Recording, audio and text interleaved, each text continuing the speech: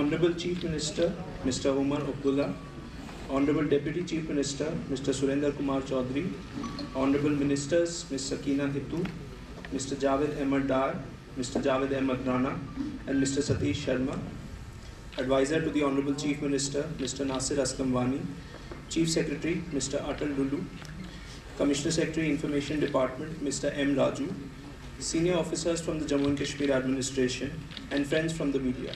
A very good morning to you all. I welcome you all to today's interaction session with the Honorable Chief Minister, titled Engaging Perspectives. This will be an interactive question-answer session. First, I would like to invite the Commissioner Secretary, Information Department, to give his welcome address. Very good morning to all of you.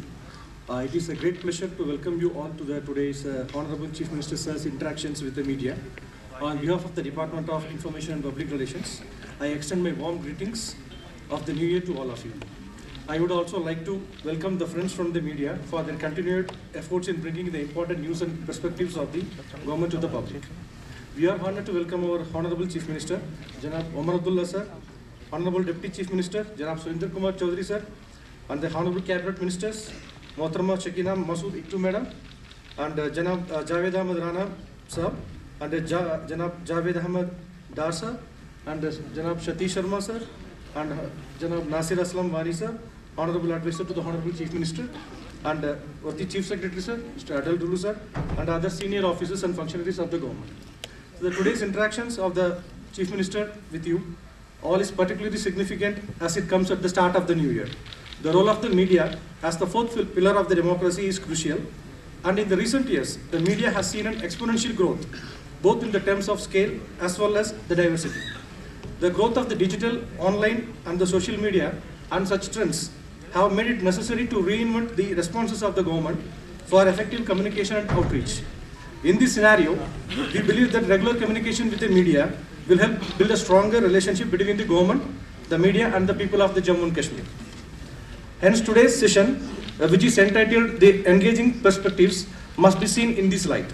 The government seeks to discuss and engage with various perspectives so that the government and the media can collaborate to build an open, transparent, and a better future for the Jammu and Kashmir. Such engagements will ensure that the government perspectives are reported and understood credibly and faithfully. This, as we understood it, will enable us to provide a good governance, citizen centricity, youth engagement, and co-equal development of all the regions and communities in Jammu and Kashmir. Once again, I would like to thank our Honorable Chief Minister Sir and other distinguished dignitaries for their presence today. Thank you once again, and we look forward to have an engaging and productive session. Thank you.